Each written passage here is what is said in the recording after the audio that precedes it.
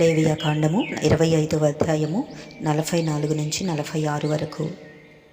మీ చుట్టుపట్లనున్న జనములలో నుండి దాసీలను దాసులను కొనవచ్చును, మరియు మీ మధ్య నివసించు పరదేశులను నీ దేశములో వారికి పుట్టిన వారిని కొనవచ్చును. వారు మీ సొత్తగుదురు. మీ తరువాత మీ సంతతి వారికి స్వాస్థ్యముగా ఉండునట్లు మీరు ఇట్టి వారిని స్వతంత్రించుకొనవచ్చును. వారు శాశ్వతముగా మీకు దాసులగుదురు.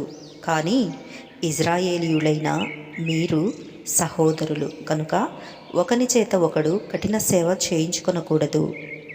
ఆమేన్, ఆమేన్, ఆమేన్.